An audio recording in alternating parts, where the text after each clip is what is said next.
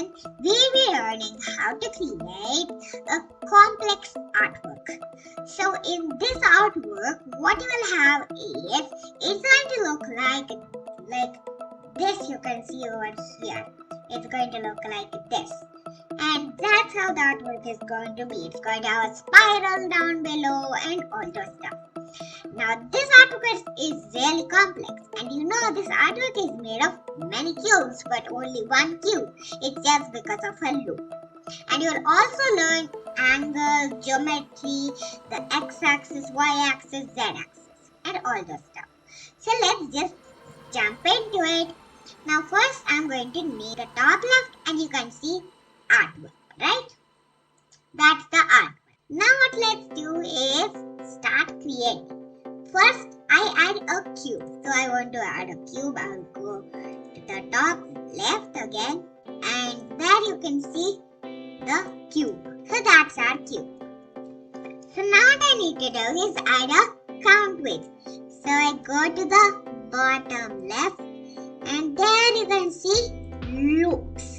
So click on that and go to the top left and you can see loops. Add this, put this over here like that. Now what you need to do is,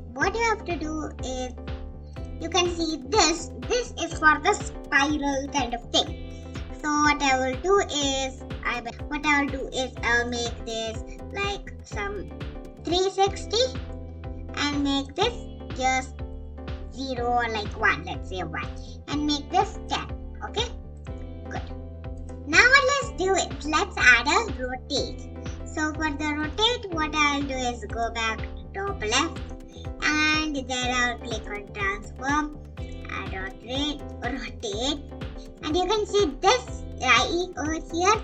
I'll just go to variables, add I over here, drop it in there like that. Now let's look at the result. So if I go here and render this, you can see that's how it looks. Now I want to create a cut over here. So let me do that. So you guys can see this is how it's looking like.